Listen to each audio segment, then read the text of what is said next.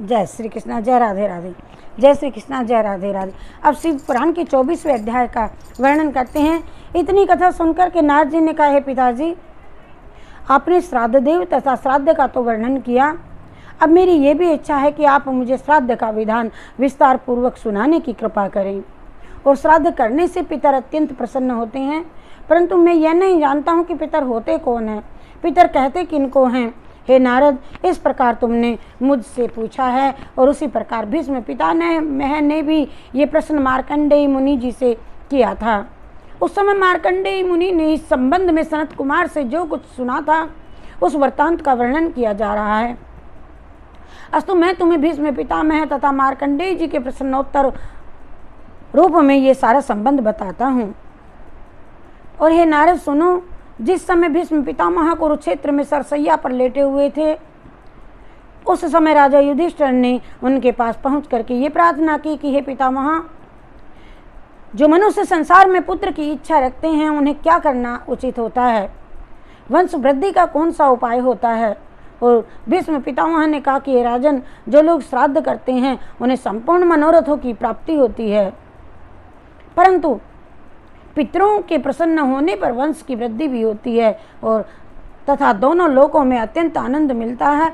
अस्तु, पितरों की प्रसन्नता के हेतु श्राद्ध करना सबसे सुगम साधन है, अर्थात करना चाहिए। हे नारद, यह सुनकर के युधिष्ठिर ने भीष्म पितामह से कहा कि हे पिताजी, प्रभु, आपने पितरों की महिमा का वर्णन किया, ये उचित है, परंतु मैं ये जानता हूँ कि कुछ लोग के पितर नरक में पड़े सड़ रहे हैं, कुछ के स्वर्ग में रहते हैं और कुछ के संसार में भ्रमण रहते हैं। ऐसी अवस्था में वे अपनी संतानों का कल्याण फिर किस प्रकार करते होंगे।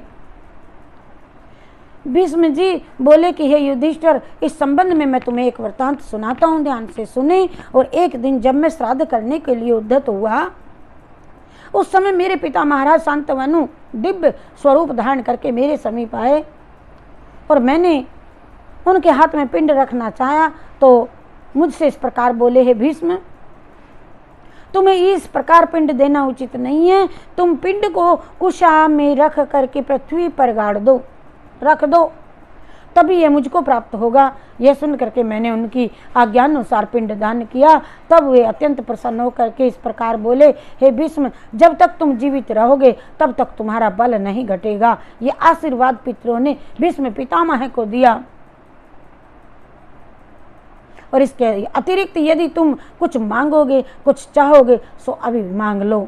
ऐसी कोई भी वस्तु नहीं है जिसे हम ना तुम्हें दे सकें। हे युधिष्ठिर, उनके मुख से यह वचन सुन करके प्रार्थना करते हुए मैंने कहा, हे महाराज, यदि आप मुझ पर प्रसन्न हैं तो आप मुझे पितर एवं श्राद्ध के संबंध में सब कुछ वृत्तांत सुनाने की कृपा करें। तब महाराज ने मुझे उत्तर देते हुए कहा कि हे भीष्म, हमने एक बार मार्कंडेय जी मुनि के पितृकल्प के बारे में पूछा था। उस समय उन्होंने हमें जो उत्तर दिया वह हम तुमको सुनाते हैं। मार्कंडेय जी ने हमें सुनाया कि एक बार जब तपस्या हम कर रहे थे, उसी समय हमारी दृष्टि अचानक आकाश की ओर को उठ गई। तब हमने ये देखा कि एक विमान में अंगूठे के समान आकार वाला एक बालक बैठा था, अंतरिक्ष में उड़ता चला जा रहा था। हमने उस बालक को दंडवत प्रणाम करने के लिए उपरांत यह कहा कि हे प्रभु, आप कौन हैं, हमें यह बताने की कृपा करें।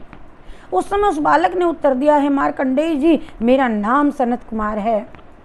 हम 4 भाई हैं तथा हम सभी अंतरिक्ष में भ्रमण करते रहते हैं। और यह सुनकर के हमने सनत कुमार जी से कहा, हे प्रभु, आप मुझे पितृकल्प का वर्णन सुनाने की कृपा करें। तब सनत कुमार जी ने जो उत्तर दिया वह इस प्रकार से है। सनत कुमार जी ने कहा, मार्कंडेय जी, पूर्व काल में जब ब्रह्मा जी ने देवताओं को उत्पन्न किया तो उन्होंने सबको यह आज्ञा दी कि तुम हमारी संतान हो।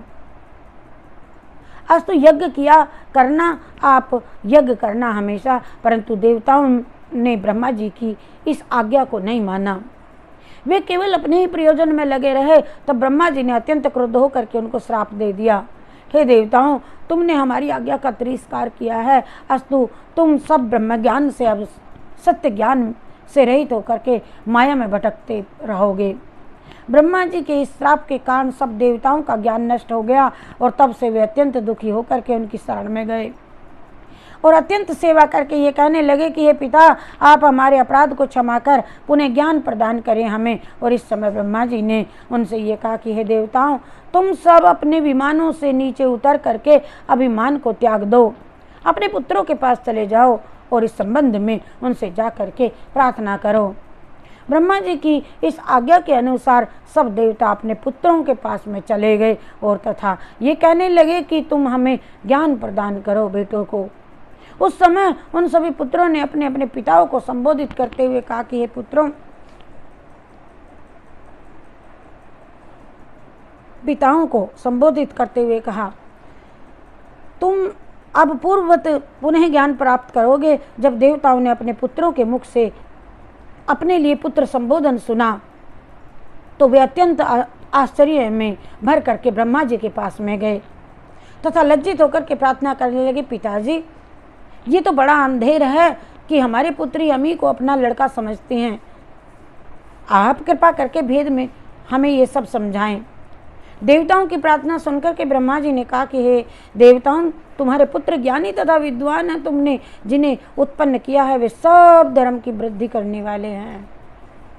अस्तु, तुम सभी देवता परस्पर एक दूसरे के पुत्र हो और अब तुम्हें ये उचित है कि तुम सब मिलकर के यज्ञ करो, तभी हम तुम्हें आनंद प्रदान करेंगे। और हे मार्कंडेय जी, ब्रह्मा जी के मुख से पितरों का ये मुख्य वृत्तांत जान करके सब देवता अत्यंत प्रसन्न हुए